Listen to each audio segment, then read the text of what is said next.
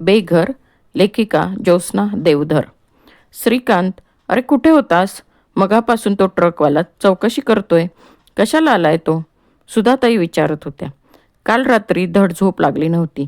काल परवापासून या दाढेने जीव खाल्लाय. डोळे तर रडून रडून आटल्या विहिरीसारखे झालेत. हल्ली डोळ्यांपुढे केसांचा गुंताच जसा फिरत असतो. डॉक्टर म्हणतात डोळ्यातलं लिक्विड गढूळ झाले. असू दे. मरण्यापूर्वी ज्या ज्या यातना सोसाव्या लागतील त्या सोसायलाच हव्यात. भूक सुटलेत का कुणाला? अरे श्रीकांत, अगं प्रमिला, म्हणतच सुधाताई गच्चीत आल्या तर त्या भल्या मोठ्या ट्रकमधली माणसं घरातलं सामान हलवत होती. ट्रकमध्ये रचून ठेवीत होती. श्रीकांत, धडपडतच सुधाताई जिना उतरल्या. रडू आवरत नव्हतं.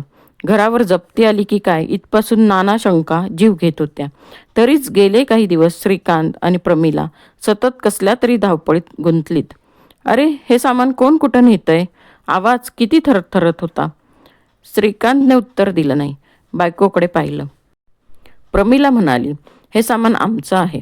आम्ही ब्लॉक घेतलाय. तिकडे जातोय राहायला. सुनेच्या या वाक्यानं सुधाताईंच्या डोक्यावर जसा वज्राघातच झाला. त्यांची दातखीळ बसली. बाहेर काढून ठेवलेल्या खुर्चीवर धपकन त्या बसल्याच. दोघं शांतपणे सामान भरत होती. नवऱ्याच्या टेबलाजवळची गोल फिरणारी खुर्ची हमालांनी उचलून आणलेली पाहताच त्या एकदम उठल्या. म्हणाल्या, ती खुर्ची न्यायची नाही. दोघं एकदम वळली. आव्हानात्मक पवित्रा घेऊन उभी राहिली.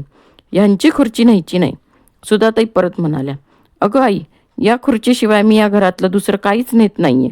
श्रीकांत म्हणाला, हो, सगळं आम्ही आणलेलं आणि माहेर राहून आणलेलं नेतोय.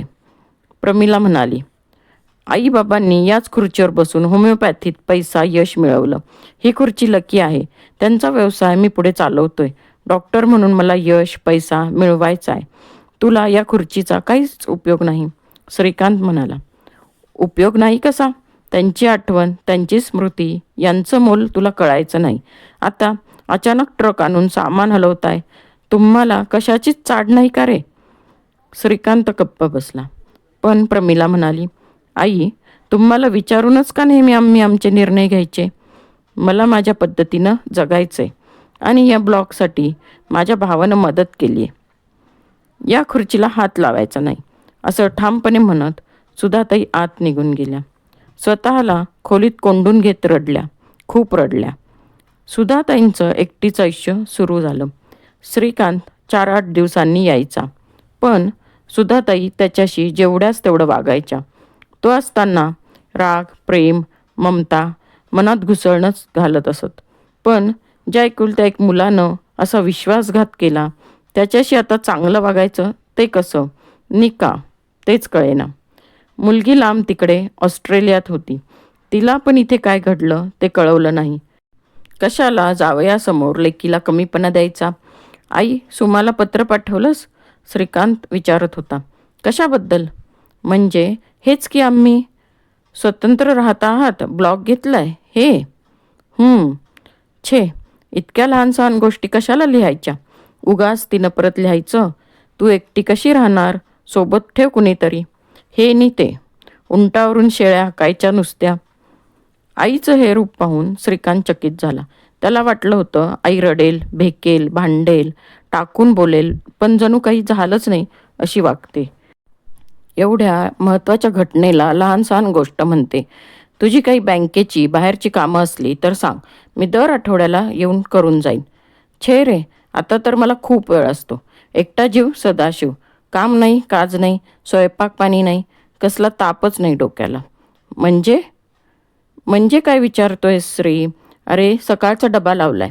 रात्री एवढं तेवढं तोंडात टाकते. नाहीतर वळणावळणावर हॉटेलं आहेत. जाते, हवं ते खाऊन येते. मजेत आहे मी. अगं, पण तुला तर हॉटेलचं आवडायचं नाही. आम्ही जायचो तर कोण रागवायचीस? घरीच इडली डोसा करायची हौस तुला. लेकाचं बोलणं ऐकलं आणि सुधाताईंचा जीव गलबलला. जीव गोळा झाला. या एकुलत्या एक लाडक्या लेकाचं खाणं पिणं सांभाळायचं, त्याच्या तब्येतीला डोळ्यात तेल घालून जपायचं, जोपासायचं, त्याचा अभ्यास, त्याचे छंद, त्याच्या आवडीनिवडी हेच आपलं आयुष्य होतं. त्यातच सुख वाटायचं. पण स्वतःला त्यांनी आवरलं. म्हणाल्या, हे बघ श्री, माणसाबरोबर त्याची हौसमौस पण बदलत जाते. पण आता माझा वेळ मात्र इतका छान जातो विचारू नकोस. डोक्याला कशाचा त्रासच नाही बघ. BP पण अगदी नॉर्मल असतं. पण तरी नियमित औषधं घेत राहा. आणून देऊ? नको. अरे, आता होमिओपॅथीचं औषध नाही घेत. डॉक्टर जोशी कोपऱ्यावरच आहेत. यांच्याकडून सगळं चेकअप करून घेतलं. त्यांचं औषध घेते. आई, काय हे? मी घरातला एवढा डॉक्टर असताना तू ॲलोपॅथीचं औषध घेतेस? होमिओपॅथीचे साईड इफेक्ट्स होत नाहीत, हे मी तुला सांगायला हवं? नाही श्री, आता तू काही सांगायचा हक्कच गमावला आहेस. सुधाताईंनी बोलणं संपवलं. त्या उठून गेल्या. श्रीचा संताप आवरता आवरेना. दार आपटतच तो घराबाहेर पडला. आईचं हे वागणं अनपेक्षित होतंच, पण अकल्पित, अयोग्य होतं. प्रकृती सुधारली आई? हो तर. अरे, आता व्यापच नाही ना काही.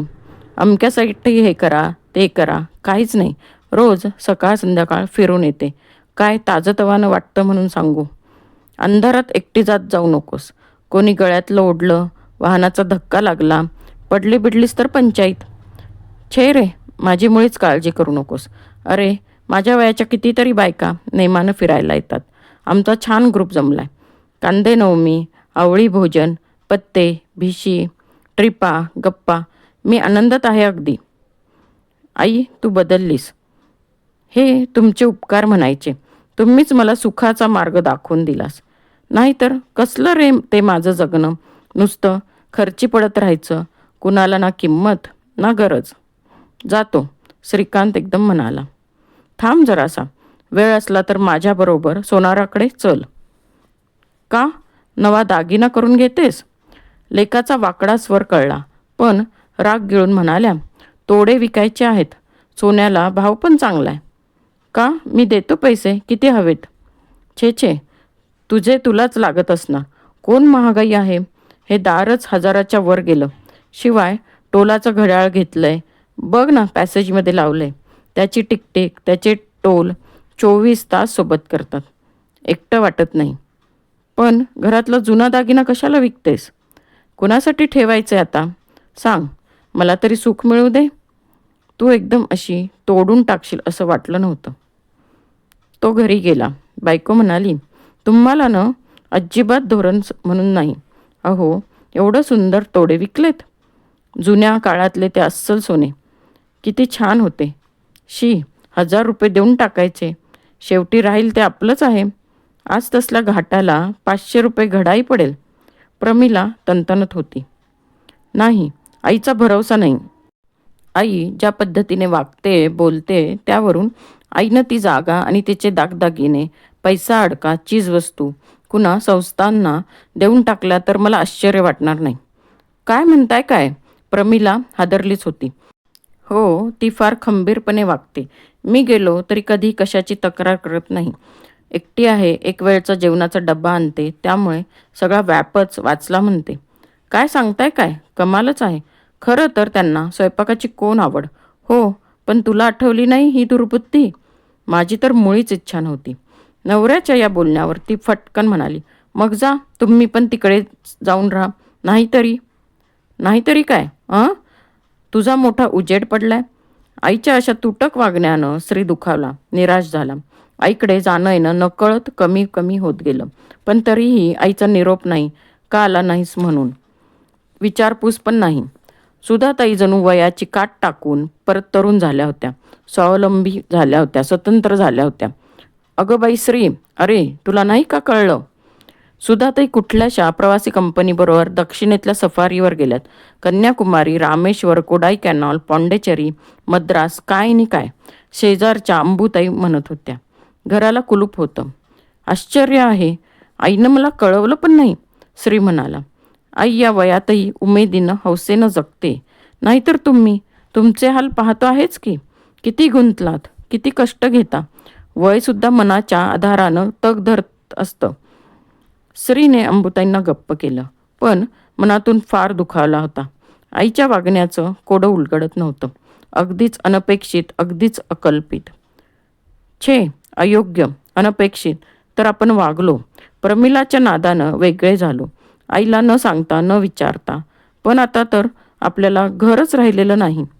ते घर प्रमिलाचं, हे घर आईचं.